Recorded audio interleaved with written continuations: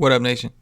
Welcome to another edition of the WiseTake NBA DFS Early Look CK013 here. You can find me on Twitter at CK_013, and I, of course, am from the WiseTake Nation, which you can find on all the social media platforms listed below or directly at WiseTake.com if you're looking to take your DFS game to the next level. We are a premium DFS content provider as well as a DFS community designed to help make you a better DFS player. Go check us out. Day pass is available, $2.50 all the costs. Get access for one full day of that NBA. If you're new to the channel, welcome. Subscribe, hit the notifications bell if you are looking for free and fire DFS content. We do all sorts of free stuff here, cover a multitude of sports, mainly the baseball, basketball, football. So make sure you subscribe, notifications bell, so you don't miss out on anything. Please hit the like button. Likes go a long way. Please share. Share as much as you can. Sharing is something that we really need more of. As long as we've been doing this, we need a little bit more growth action, and I think we deserve it, man. Those of you that have been watching us for a while, myself and Paulie, who are the primary people behind the product at WiseTake.com. I think you've seen our track record and how good we've done over the last few years, and we're looking to help others enjoy the game, find out ways they can play the game longer, find out ways they can be successful, basically help people reach their DFS goals. So if you could share the show, we appreciate it. Leave your comments, feedback, or talk to me about the slate, whatever it is. Leave it right in the comments on YouTube, and we will I'll do my best to answer. I've been trying to answer everybody. I've been having some fun going in there, checking them and communicating with Thy Nation. So continue to do that. Leave them comments. We got a big slate to get into, so I could sit here and spend 15-20 minutes bitching about how I had 40% Tyler Hero on FanDuel and he was ruled out for a health protocol, which I understand it's crazy time. Still don't understand why it has to happen then, but it is what it is. We had that late scratch. We had Roby the night before. Things happen. It's NBA DFS. And then I think there was one more, right? Mason got hurt, right? That was another chalky one that went down. But I was talking in a Slack chat to a long-time member. We call him OG MG. And we're having a conversation in there about the chalk and obviously fading, taking an overall approach in tournaments and GPPs of going underweight on chalk. Generally is a good concept, but I still believe that good plays are good plays, bad plays are bad. And you still need to identify the good chalk from the bad chalk. That being said, go check us out on WiseTake.com. Get in the Slack chat for monthly members or higher. We can have that conversation there. Okay, now it is time to dive into this 11-game slate. We're going to start off with Minnesota and Charlotte. There's some good games on this shit, man. Karl Anthony Towns did make his return. Played 30 minutes, which was somewhat promising. Only went for 34, so that's not really going to warrant the price tag that he currently is. On DraftKings, he's a little bit cheaper than he is normally, but it's a really good spot. So maybe in tournaments only, but it's a big slate. And to commit to a player that you're not sure is going to play more than 30 exactly, recovering from COVID and what COVID has done to his family and his underlying conditions that he's tweeted about. Curious to see what they do with him, but I'll save that one for FanDuel, I guess. I mean, for DraftKings, where he's 9-3. LaMelo Ball is only 7-7 on FanDuel. I would imagine he's going to be pretty popular, rightfully so. Don't really have much argument against it. The minutes have been a little bit down over the last 3 games. You'd prefer him to get those 39, 38. We'll check the status on Devante Graham. He's currently questionable. You would think that he would be more likely to play bigger minutes when Graham is out. We'll have to check the status on him. Looks like D'Lo is out once again. Beasley has played well for the most part with D'Lo out. And really with D'Lo in or out, but he's had his bigger games with D'Lo out. So in tournaments, we can consider him. 7-4 on FanDuel seems kind of steep. So does 7-1, but again, in tournaments, sometimes you got to do something strange for a piece of change. Rozier's been playing really well. I'm surprised that DraftKings FanDuel really appears to be hesitant. Now, again, it does seem like if Graham is back, that could affect Rozier as well. Maybe even more so than Ball, who they seem to be comfortable starting at this point. So we'll keep an eye on that. But if Graham is out, does we have a tag on him? He's questionable. It's a groin injury, so if he's out, we can continue to do that. Cody Zellers played well. The minutes have come down a little bit. Looks like they were just involved in a bunch of blowouts, right? Which is probably why we've seen what we've seen in the fluctuation of performances from this team. But we could consider him. Again, it's a big slate, hard to commit to a player like that straight up. but we can. Ricky Rubio got 29 in 33 minutes. We could definitely consider him on FanDuel at 5,400. 6K on DraftKings. You're pushing it a little bit, but 5-4 on FanDuel seems feasible. It's not phenomenal, but it's feasible. Jalen Noel, how many minutes did you play? Noel got 17 minutes. This kid's a pretty big fantasy producer. I'm sure Paulie will be talking about him on the Pre-Log Y stream. It's just the minutes that are a little bit of an issue. And McLaughlin is getting the bigger share, but he hasn't done a whole ton with them either. But they're there for value, but I would hope that on a slate this big we find something better. But a pretty good first game. Next up, it's another decent game, at least from one side. We've got the Knicks and Wizards. The Wizards are without Bradley Beal. He's out for rest. We know that. Westbrook's been a disaster. FanDuel's finally lowered his price a bit here. 8,700 for Westbrook going up against the Knicks. 34 minutes against Toronto, and Westbrook just could not produce. Though he did show peripherals towards a triple-double, right? 6 rebounds, 7 assists, and I would think he did take 20 shots. Without Beal, there should be more to go around, and Westbrook should be able to do his thing, which is getting a bunch of assists. So I actually do like Westbrook, and I think he'll be fairly popular, right? I think he's probably a cash game play at this point. The Knicks are probably the more appealing side outside of Westbrook, and well, at least in terms of pace. I shouldn't say that because I do like a lot of the ancillary pieces with Westbrook for correlation purposes. Guys like Davis Bertans, who continues to be cheap.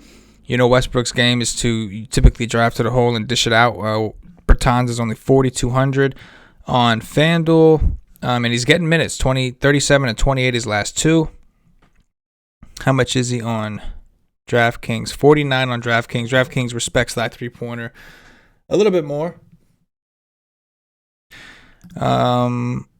So he's definitely someone to keep in mind and potentially put into game stacks.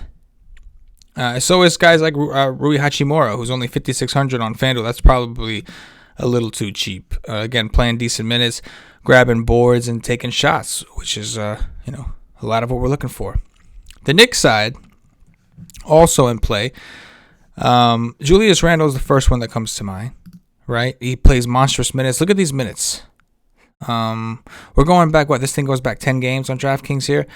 36, 33, 35, 35, 35, 39, 38, 39, 38, 37. And they went out and got Rose, and he's playing 37 minutes a game. So, I like Randle in a pace-up spot against Washington. 8,600 on FanDuel is just way too cheap for this matchup. He could bust. It's possible, but I may have to take my chances. We'll see. This is only the second game of an 11-game slate, so I may be getting ahead of myself. But right now, it's looking pretty decent. We know that Derrick Rose is here. He's 5'2" on FanDuel, which is kind of crazy considering he only played 20 minutes in the last game. Very productive 20 minutes, not trying to take anything away. 5'3" on DraftKings. It's interesting. They went and traded for him. They wanted him here. It didn't really seem to affect Elf a ton based off what he's been doing. Didn't really affect quickly as much. But the person whose minutes are trending down is Mr. RJ Barrett. If you notice, he was another one that was getting monstrous minutes, and then things just kind of slowed up a little bit. In the last two games specifically, both against Miami, pull it up on DraftKings too.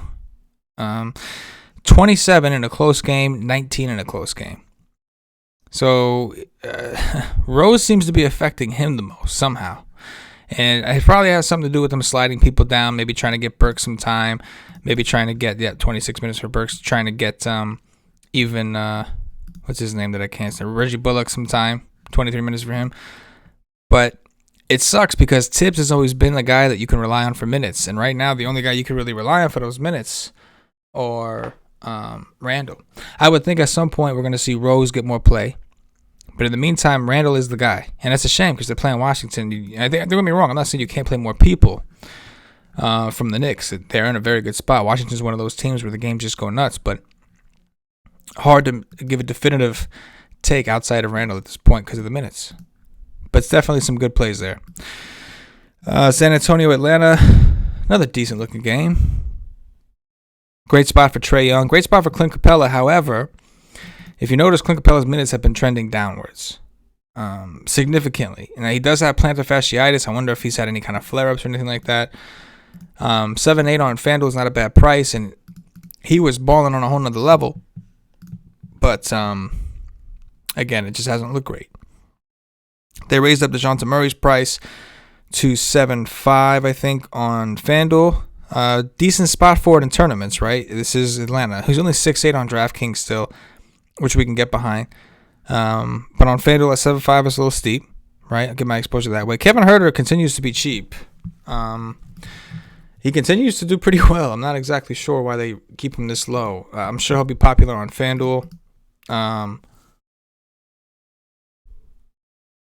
On DraftKings, 6K. So DraftKings a little bit more with it, if you will. A little more understandable. But on FanDuel, I think he's still within reach. Kelton Johnson, his performances have kind of come down a little bit. I think we all expect him to do better with LMA out, but it hasn't really been the case. However, in a pace-up spot like this, a guy who does grab rebounds and kind of does a little bit of everything, I'm interested. We've got Rudy Gay, who is 49 on FanDuel, 5-1 on DraftKings. His minutes have been steadily solid since LMA's been out. 25, 25, 24. Not bad. I think we can get behind that in the game against Atlanta. Just another tournament type play. Derrick White, 4,700 on FanDuel. How much is he on DraftKings? 5-2. He was playing decent minutes before. And he sat at that last game he sat against Golden State was planned because it was a back-to-back. But he's been getting pretty decent minutes since coming back. Danilo Gallinari, man, I played a lot of him. And on FanDuel, he got me just enough. But 30 minutes, that was pretty big. I know he didn't do well with those 30 minutes. But he's only 4,100 on FanDuel. I would imagine I'm going to go right back to the damn well. 4-8 on DraftKings. Yep, I'm probably going to go right back to the damn well. Shot 2 for 12. So the opportunity was there. Just didn't make much of it. He's playing San Antonio. A team that has not played good defense. So I will be going back to Gallinari for value, for sure. Patty Mills, let me down big. 2 days in a row, man. But on FanDuel, 3,800, kind of keeping in the back pocket. But I do like Gallo quite a bit there. Nolans and Dallas should be a pretty good game.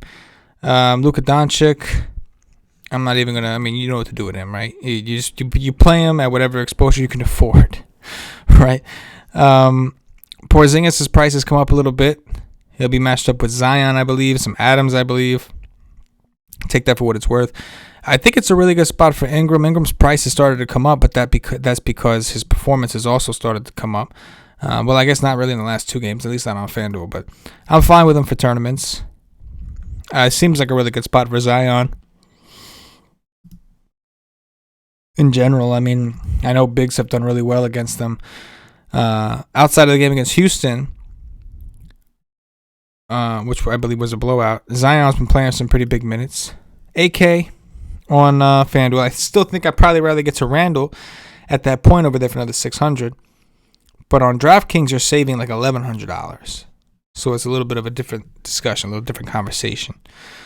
Steven Adams, very cheap on both sites. His minutes have been down, which is not something you want to see. Bledsoe's fairly cheap. Richardson's fine. What's up with Josh Hart? What did he do after that explosion the other day?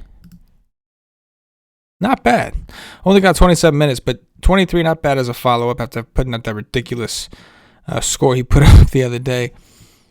What about Hernan Gomez? 14 minutes. I'm glad they finally put him in the rotation at least. You know who had a pretty good game? I think Brunson had a pretty good game.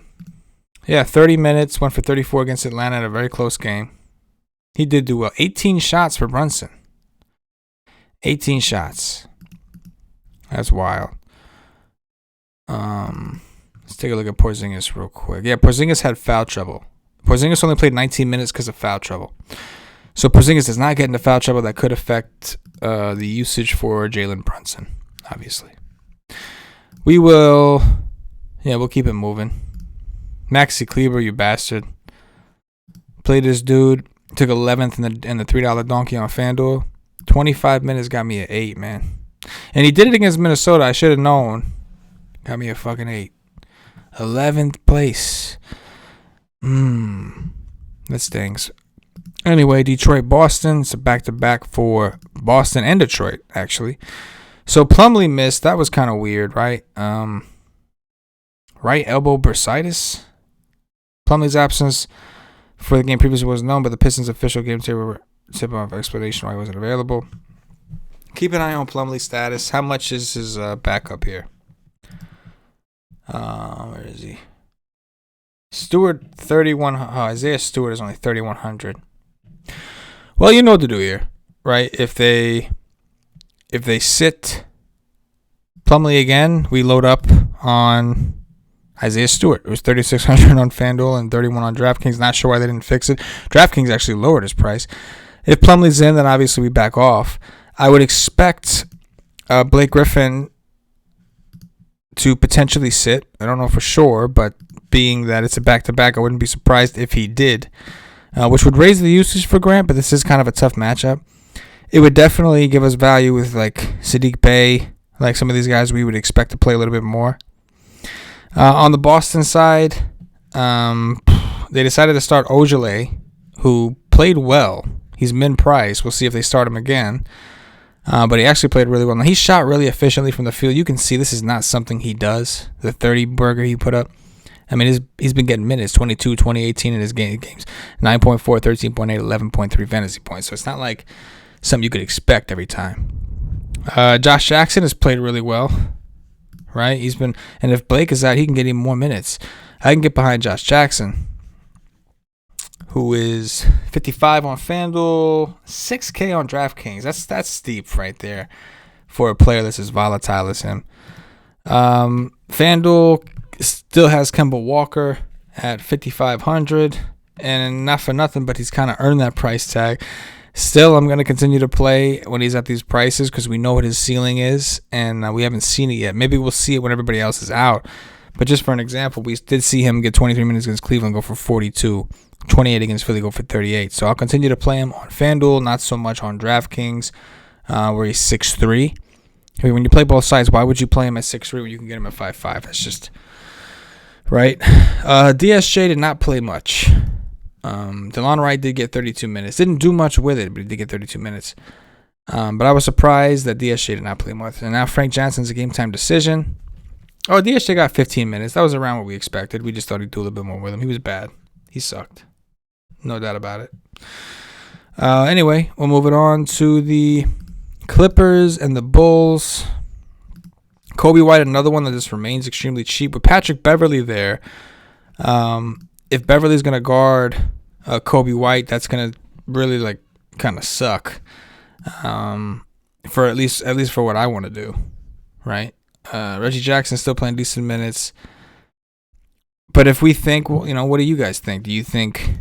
I would think so, because they're starting Reggie and Pat Bev together, right? So there's a possibility that Pat Bev can maybe try to get Levine. Now, I would assume they'd put someone else on him, but they might need to. They might stick Reggie Jackson on Kobe White and put Pat Bev on Levine. What do you think? Who would you want your better defender on, Kobe White or Levine? But maybe they just don't start them together. We'll have to see. But Kobe White's cheap, so something to pay attention to. Kawhi Leonard came in really low owned against Minnesota. Everybody assumed it was a blowout, and it wasn't, at least most of the game, and Kawhi went out and did what Kawhi Leonard does.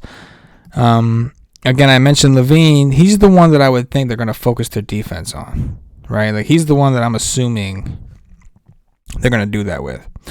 By the way, you see what Levine did and Kobe White did against New Orleans. You could imagine what Luka Doncic is capable of, so I don't want to downplay Luka. It's just he's kind of obvious at this point. Lou Will's price is 6'5" on FanDuel. He's been getting big minutes, 29, 28. Ironically, he is getting the minutes with the addition of Patrick Beverley.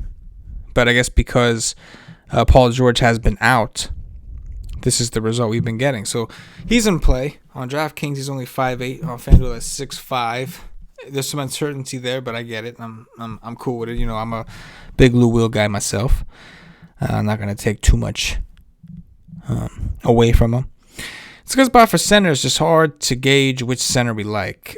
For the record, I did see Wendell Carter is a game time decision, so we'll want to pay attention. Not that they'll be any better against centers with him there, but obviously could hurt the upside of a Thaddeus Young, who's been playing really well since Wendell Carter has been out, right? Not so well against New Orleans, but aside from that, he's been decent. And then there's Zubac. Zubac's price is a little elevated. Obviously has upside. Good spot for bigs, though. But yeah, I'm interested in Kobe White. We've got the Denzel Valentine thing. Valentine is only 4-4 on FanDuel. Only got 22 minutes. Still had a decent floor considering he only played 22 minutes. 27 minutes because Washington was a disaster, but probably still within reach on FanDuel at 4-4, at least for tournaments, right? Considering, remember, Chicago is still missing a bunch of dudes. So we'll move it over to... Nope, we're going OKC Denver. So this is a good one, right? Shai Gilgeous-Alexander out. Gary Harris out for the other side. But we know SGA's out. Roby's a game-time decision. I'm sure people love to hear his name. Roby is 4K now.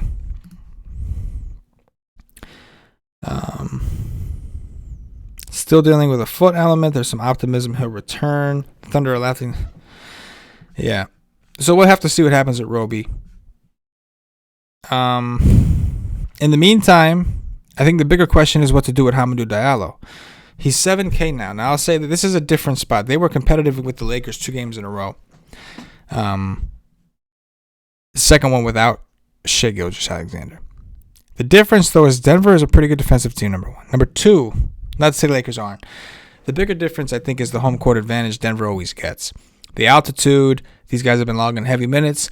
I'm a little nervous about the OKC guys. On the flip side, you say that, but if that's the case, like if they're still too thin, if they don't call guys up from the G League to fill out their bench, then these guys have to, some of these guys at least, have to play, right? Like Diallo, I think the backup point guard was basically Lou Dort. So this is a situation we're going to have to consider. Like I said, my initial instinct would tell me maybe this would be the spot to kind of get away. But if they don't have bodies, how can you get away? Because even if it's a blowout, they have to play big minutes. But so we'll see. If they have like 10, 11 people by the time we come up, then I think it's safe enough to back away from some. Maybe we play a Roby on DraftKings where it's really cheap. But if they come at it with 8 players again, 9 players, they have no backup guards, then I think we have to continue to play Diallo. So we'll have to feel that one out. I think it's a good spot for Jokic, just again concerned about the game staying close, which is the case with a lot of these players. I think FanDuel is where you're more likely to get exposure to some of these guys. Like Jamal Murray's only 6'7" over here. I mean, he's 6'8" over there, so that's fine. So Jamal Murray's fine. Maybe, you know who I think the guy is Michael Porter Jr. This is the one. I'll play him on FanDuel. 5.5 on FanDuel. Finally went off for us. 6K on DraftKings, though. And there's been volatility, plenty of volatility. So Dort and Diallo, those are the 2 guys that we have to consider if they're too thin. But we'll have to see who's actually in and who's actually out. Pay attention to that. Now we get to Milwaukee, Utah. Drew Holiday's still out. Giannis went nuts the last time. You know, people don't realize that Utah's a sneaky situation like that. They have altitude also. They're another one of those ones that where if you notice that teams really struggle when they go into Utah. Yeah, I'm sure Utah plays better at home also, like a lot of teams do. But there is some little built-in. People don't realize that about Utah. There's some altitude there.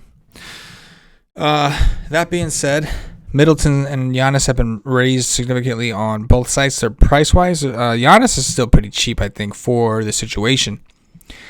Mike Connolly appears to still be out. So what does that mean for me? Well, let me find the guy. Jordan Clarkson is 4,700 against Milwaukee. That's ridiculous. I'll be locking him in. 27 and 30 minutes. The usage has been fine. He's been shooting bad. He's playing a team that encourages you to shoot from the perimeter. I will load the fuck up on Clarkson. I'll play him on both sides. I don't even care. I'll pay the 5.7 on FanDuel DraftKings because I think that's right. 15 shots, 19 shots, 10 threes, and 10 threes. He's not playing well. But he's playing better than 4,700 FanDuel. So Jordan Clarkson, I'll be lock buttoning. I know people have been hearing me saying, bro, you keep playing Clarkson, he's fucking screwing you. I don't care. That's just too cheap. And it's not like it's just too cheap and he's not getting minutes. He's getting the minutes and Conley's out. Right? Which slides Ingles to the starting lineup and provides him with a lot of usage as a 6-man off the bench. Speaking of Ingles, Ingles had a big game against Boston. I'll go right back to him on FanDuel too at 4,900. 5.9 is a straight, that's a little different for a guy like Ingles. I understand the hesitation, but I still think we play them both. I just think we play them more on FanDuel, like a lot heavy on FanDuel. That's what I'm gonna be doing. This guy, if Clarkson sucks, rest assured that I probably didn't do that well. I'm gonna be playing him. Gobert's only 7,500 on DraftKings. That's not bad. That's not bad. Augustine got 18 minutes. So who's getting more point guard run right now? I guess Forbes. Forbes got 30 minutes. He's just not doing a whole ton, right? Because they're pretty much letting Giannis and Middleton run the actual offense. But Clarkson, that's the takeaway. I mean, Mitchell's been phenomenal. I don't discount Mitchell. He's been awesome since Connolly's been out. So I guess I should say, Mitchell, or Clarkson, Ingles, Mitchell. Like DraftKings Mitchell for sure. FanDuel Mitchell definitely, but Clarkson and Ingles, Clarkson on FanDuel, yes. But yeah, I guess I'll be playing a decent amount of Utah, which you don't really ever expect on a slate this big. Memphis at the Lakers. We'll check the status on Anthony Davis, who has just been hurt, I guess. Quad, he's dealing with some shit. He's not playing, I can tell you that. Memphis has just not looked great as a team, right? We'll have to check the status. Some of you guys know Brandon Clark. Kyle Anderson has played well in the absence of Brandon Clark. I think they've kind of slid him down to the 4, and he's excelled at the position. I think he's fine for tournaments. 6K on DraftKings, though. Again, a little bit of a stretch. Dylan Brooks is only 5,200 on FanDuel, 5.6 on DraftKings. He's within reach, I think, for tournaments as well. He's been playing a little bit better as of late. Desmond Bane. Oh, Desmond Bane is out. He got hurt, huh? Yikes. Oh, personal. Okay. So he'll miss because of personal. So maybe John Kotcher or Grayson Allen, I think, has been playing a lot. How much is Kotcher? I don't even know what position this dude is. What am I doing here, guys? Well, I'm looking for John Kotcher. 3,500 min price for this dude. 12 minutes, 14 points. 20 minutes, 22. I mean, he seems to be somewhere around a fantasy point per minute. So if we thought he was going to get Baines' 30 minutes, that would equate to a pretty good value play, I think. However, I also think that Grayson Allen had a pretty good game. Yeah, 29 minutes against Charlotte. He's been decent. I know he's a little more scoring dependent, though. Maybe Kocher is, too. I don't know. Actually, I'll fucking look at it. I don't know. I mean, he didn't get no points. You can't say he's scoring dependent. He got no points. He got 6 rebounds and assists, a block, and a steal. So he's a big fat maybe, but maybe some value to work with, especially if you think the Lakers are going to end up blowing him out, which is definitely a possibility. Remember, Memphis is missing some guys, especially on the second unit. They're missing Brandon Clark. They're missing, what's his name, D'Anthony Melton. So these are guys that we just kind of put in our back pocket. Call them maybes, if you will. Where's Kotcher? Kotcher's min price, 3K over here. How much is Grayson on? 4-1. Yeah, and of course Bane now. So they are missing some players. As far as the Lakers go, it's going to depend on who's available. If we get one of these guys, if AD misses, we will play LeBron. There's not really anybody who could stop LeBron. As far as the starters go, John Morant's trending in the right direction after. Remember, he started off hot, got hurt, missed some games, came on slow, had some bad games, but he's been coming on a little strong. He's been slowly getting it back together. Only a matter of time before he erupts. And then Joval's been phenomenal. Joval's only 7K on FanDuel. He is 7.2 on DraftKings. He's looked pretty good. He's coming back. And the minutes have been back. So definitely a couple things to sift through. I like the late games. You know me. You know how I do. Cleveland and Portland. It's a back-to-back for Portland. Really good price for Dame on both sides. Really cheap. Cleveland's terrible, but really good price. Drummond was awful in his last game. Wouldn't be surprised if he had a little bit of a bounce back. And I think Cantor got hurt in this game. I think that he returned, but I think he had a laceration. Okay, he will start. So he had an eye issue, but he did start. So scratch that. I would assume he plays. If he were to miss, we would get some serious value with Harry Giles, no doubt. But I don't see a ton that I love here. Taurean Prince is okay. You could take your shots with Derrick Jones Jr. Cedi Osman's only 4K. I guess he's just not been playing a ton, I'm assuming. Yeah, not enough for sure. But the price is low, just a matter of Cleveland. Can they hang around? Where's Colin? Colin Sexton's only 6,500 on FanDuel, 6,600 on DraftKings. It seems low, but he has been pretty. He's been rough, right? He's been rough, but he's still within reach. I would play him in tournaments, but really good price for Dame if you think this game can stay close enough for him to do his thing. Last but not least, Orlando, Sacramento. Orlando still out west. Back-to-back, very tough spot for them. And they're missing people. We'll see if Fournier comes back. We will see if Gordon's out. Cole Anthony's missed a couple games. And on top of that, they just lost Frank Mason. But they got Michael Carter-Williams, questionable, Cole Anthony. So if those guys come back, forget about it. If those guys miss, I think Terrence Ross has kind of been running point. Bacon would be a candidate for big minutes and also get some action there. So keep an eye on the situation for them. We probably won't have that news by lock, but these are potential plays, right? Buddy Hield seems a little bit too cheap on FanDuel at 5'9". He's 6'7" on DraftKings to give you some context. I don't know what he did to go down to 5'9". He's been playing well. Buddy Hield's minutes have been ridiculous. So looking for a minute play on FanDuel, Buddy Hield is your guy. Halliburton is the one whose price has increased. He's played well. He's the reason that Bagley's not getting a ton of run, I think, right? Bagley only 4.8. That's a damn shame. How much is Bagley on DraftKings? 4.8 also. Oh, my gosh. He did get 28 minutes against Philly, but I think that was because Rayshawn Holmes got into foul trouble, which is possible here against Vooch. But just something to keep in mind. This is a tough one, man. I think there are some decent plays. For the Magic, it's hard to really say. So we know that Vooch's usage is going to be through the roof, and this is a team that has not been good against centers.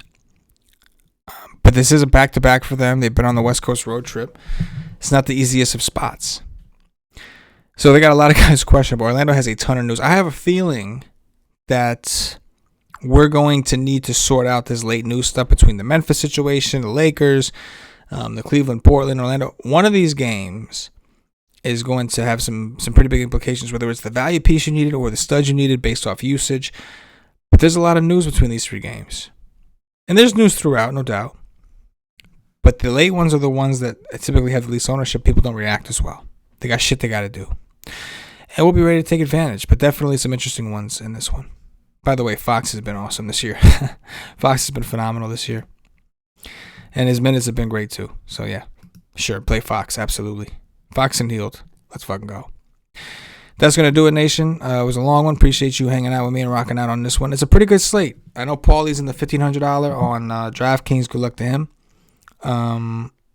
We'll be rooting for him throughout the slate. I'll be doing what I do. I'm playing it. It's a good one. And I'm excited. It's a big one, but it's a good one. Big excited for it. Hit the like button on your way out. Drop some comments. Let me hear from you, and I'll try to interact as much as I can.